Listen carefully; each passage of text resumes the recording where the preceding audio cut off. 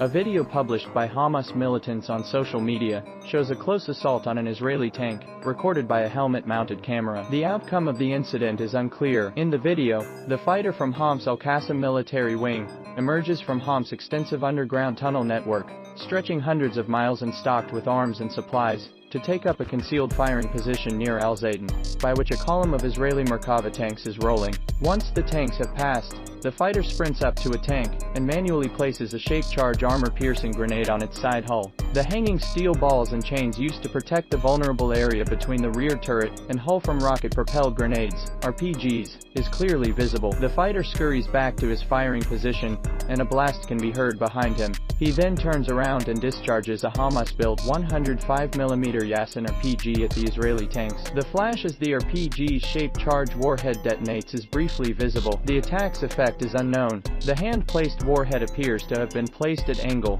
that would cause its directional shape-charge warhead to shoot an explosive jet of molten metal parallel to the tank's hull rather than inward, meaning the blast would mostly vent into the open air. Some argue that the round was placed to disable the tank's side turret-mounted trophy protection system, but if so, the charge's tip would have likely been pointed upward. As for the RPG shot, we don't see enough to tell whether it penetrated the armor or not. This is a common limitation of combat footage released by Hamas. It shows attacks that hit Israeli tanks and armored personnel carriers, APCs, but no imagery afterward confirming the extent of the damage.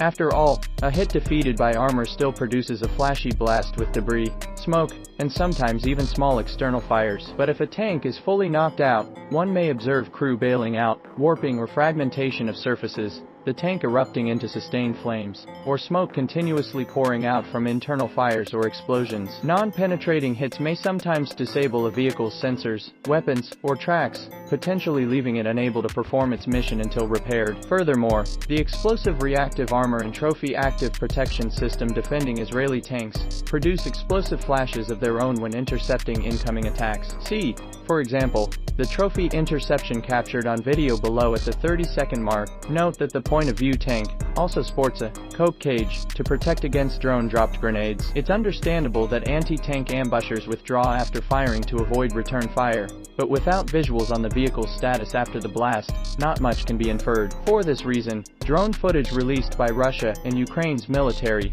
often does linger to show the post-strike status of vehicles. Evidence estimated it had proof of the destruction of at least 4 Merkava tanks.